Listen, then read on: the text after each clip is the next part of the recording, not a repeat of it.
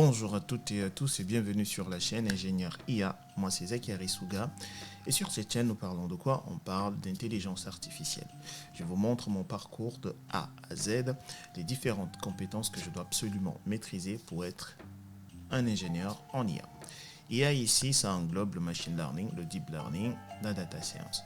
Si c'est des thèmes qui vous parlent, vous vous abonnez, vous cliquez sur la cloche de notification et on fait le parcours ensemble.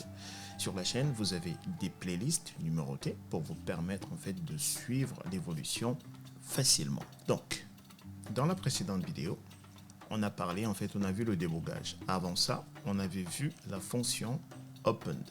Dans cette vidéo en fait, je vais revenir sur la fonction opened et on va voir en fait trois méthodes, à savoir read qu'on avait déjà vu, on a readline et on a également readlines. On va voir la différence des trois. Je pense que la vidéo va être assez courte. Donc, on a vu qu'en fait, on utilisait with et la fonction opened.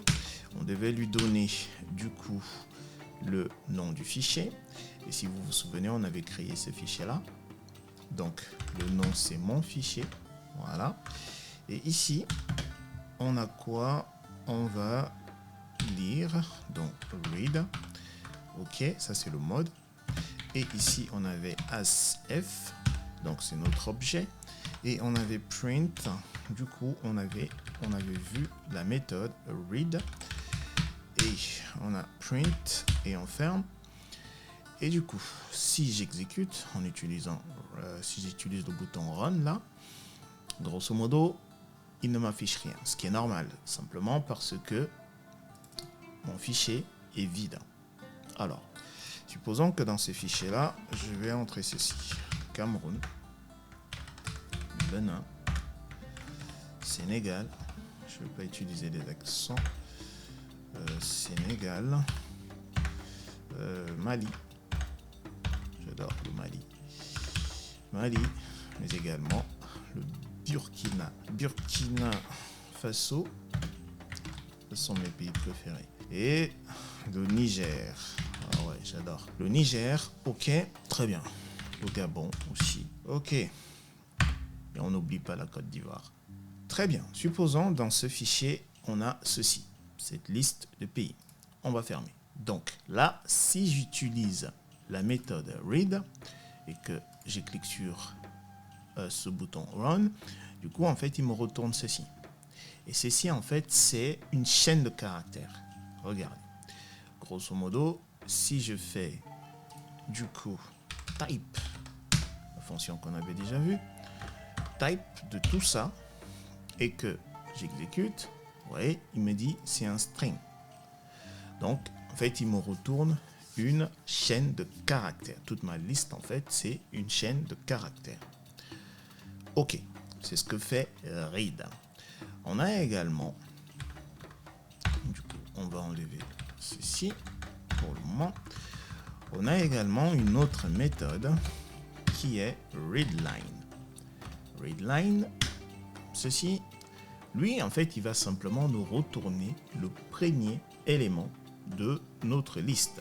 Donc, regardez, si je fais à nouveau readline, comme ça, et j'exécute, là, il m'a affiché du coup le deuxième, Bénin.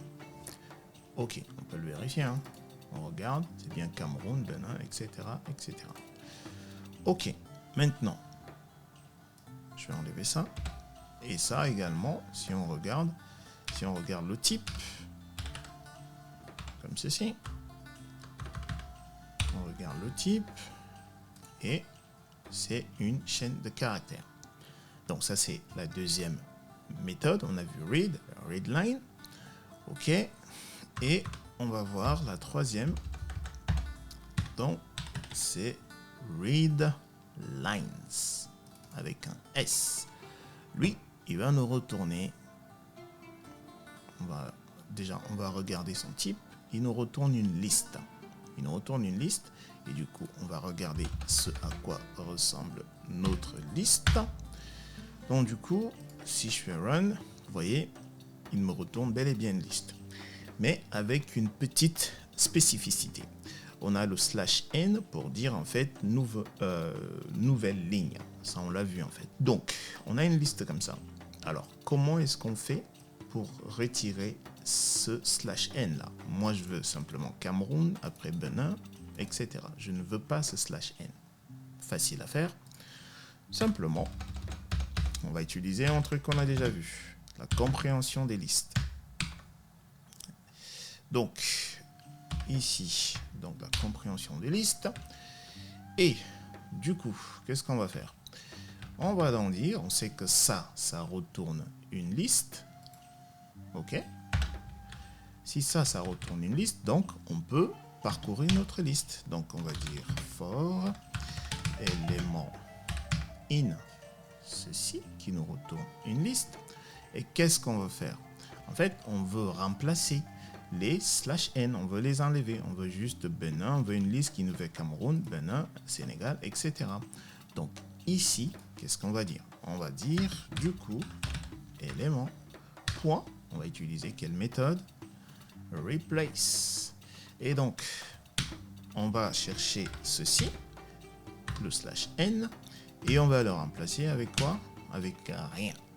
Voilà. Maintenant, c'est parfait. Donc ici, si je fais print de ma liste lst,